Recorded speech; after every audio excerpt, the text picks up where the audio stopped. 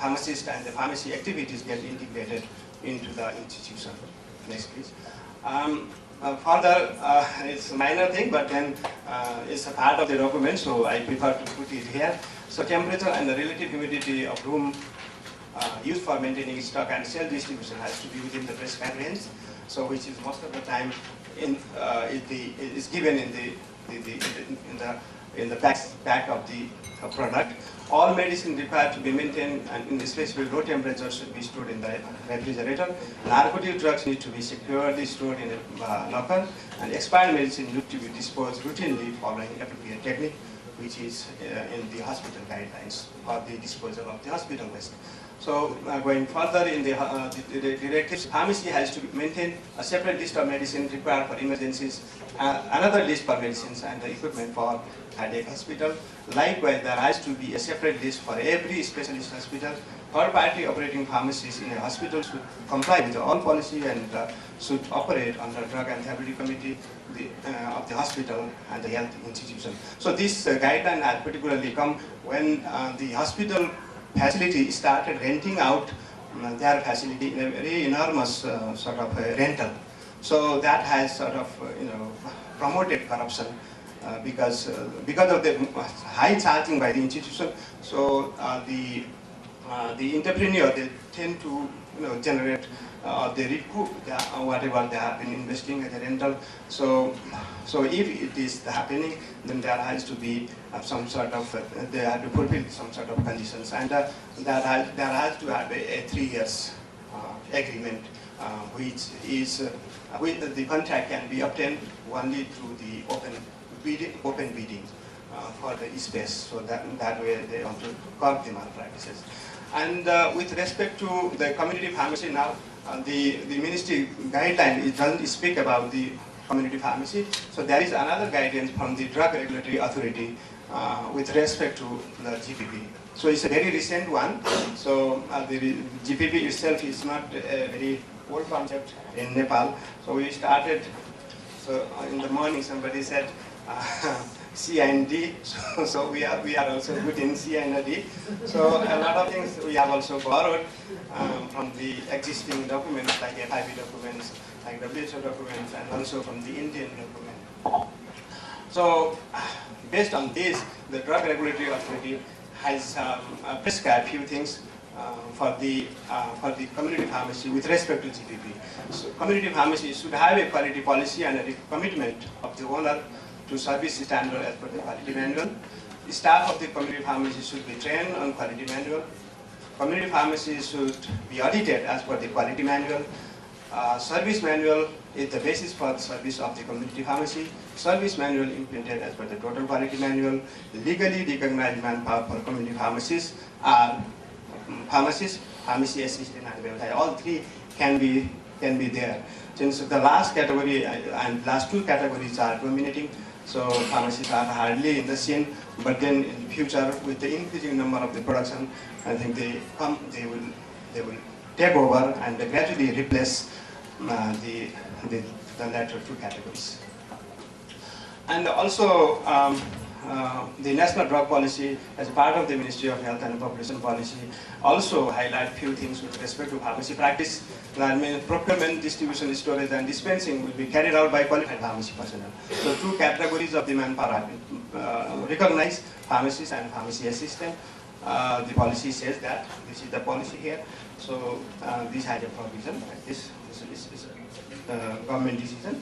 And then rational use of the drug promoted by involving the qualified pharmacists in pharmacy service at all levels.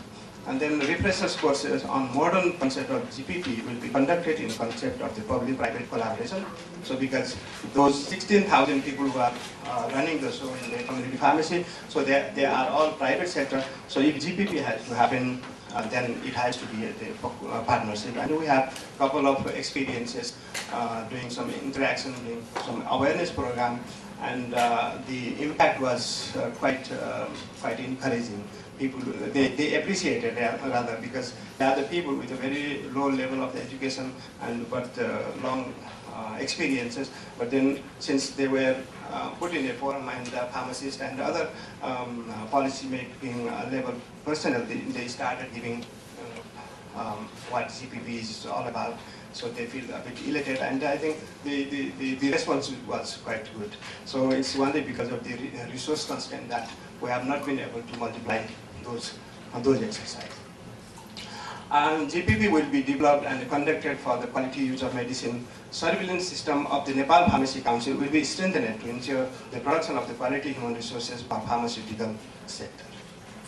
The Nepal Pharmacy Council Act 2000 is also relevant with respect to the GPP to make profession effective through systematic and scientific operation. So this is the preamble of the Act. And then has mandate to set and implement GPP standards, and as a result of that mandate, the document also the draft was formulated. Yes, please. So the draft guideline has these elements, which are nothing new. So it's on C&D. So it covers facility, personnel, quality policy, service strategy, training, complaint and recall, documentation, yes, please.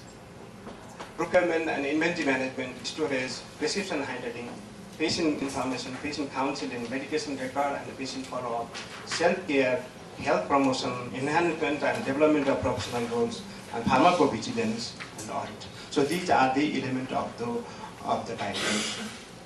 So currently, for the sake of GPP, only these three components are been chosen. The others, unless the qualified personnel are engaged in the show, the other element is very difficult to to start with. So personnel, training, and standards. So these three things have been prioritized. As for the personnel, the aim is all people to have access to qualified pharmacy assistant and website. So that is the lowly qualified person. So they are also happy because these have been spelled out, and they have been, since they are going to be there in the scene, so it's better to recognize them and to enable them, to strengthen them, so that way this category is also is recognized, and I think it's going to take something like 2 to 3 decades when this category will be totally replaced by the pharmacy manpower. So until then, they're going to be there in the scene, and they need to be trained and oriented towards the GPP. And then the training, the aim is to making the country self-sufficient in trained pharmacy personnel. I think at least pharmacy assistant means after matriculation, 3 years course, or after senior higher secondary, 1.5 years course. So that means these type of people will be by coming to here also, the country can be self-sufficient, but then they will be still lacking the graduate pharmacists if the GPP concept is to be fully implemented. Next, please. Regarding the standards, so the premises, there should be adequate premises from which the products are provided. Regarding dispensing, to ensure that the right patients receive the appropriate medicine in the correct dose and form. With regard to records to facilitate patient care in an audit trail, and then patient counseling and pharmaceutical care to promote good health and prevent ill health. So these are the standards that have been prioritized and chosen for the GPP. Next, please. The activities with respect to 6 priority area of the Bangkok Declaration. So we were a bit ambitious in June, thinking that a lot of things are going ahead simultaneously. Some people are doing something and the others are doing something. But then since the country is in a serious political deadlock, so the progress has not been as envisaged. Even then, if the political scenario improves, we are very hopeful, and with the increasing number of the pharmacy personnel being produced, we are quite hopeful that we will be able to make. So regarding changes, perception of the role of the pharmacists among themselves,